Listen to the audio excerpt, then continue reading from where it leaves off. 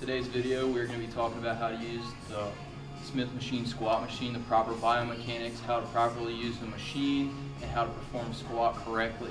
First thing we're going to go over is just the machine itself. This is a Smith machine. It's a assisted squat machine. So a few of the safety precautions I'm going to go over with you is your locking system. So when you're doing a squat, you can only go so far down safely. So what we have here is a locking mechanism. You pick it up, you figure out your lowest point in your squat, and then you just twist and lock these two lock systems on both sides into that correct area. Now when doing this, you got to make sure it's even.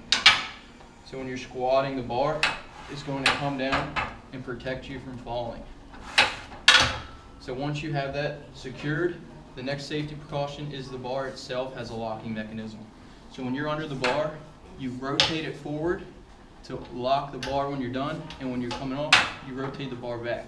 When you're squatting, if the bar rotates forward, the bar is going to lock and you're not going to be able to use it. Secondly, we're going to look at when you're putting the weight on, that both sides has the exact same amount of weight. So for instance, if I put 10 pounds on this side, you put the plate on, flat part facing out, take the safety clip, put the safety clip on, make sure it's clipped. You don't want it loose or it'll rattle, the weight will come off. Go over to the other side and do the exact same thing. 10 pounds, flat parts facing out, and put on the safety clip.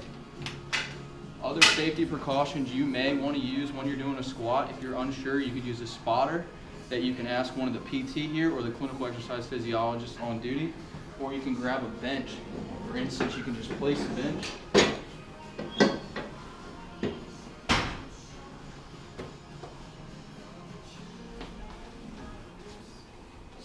underneath, so when you get to the bottom of your squat, you just come to the bench and sit down.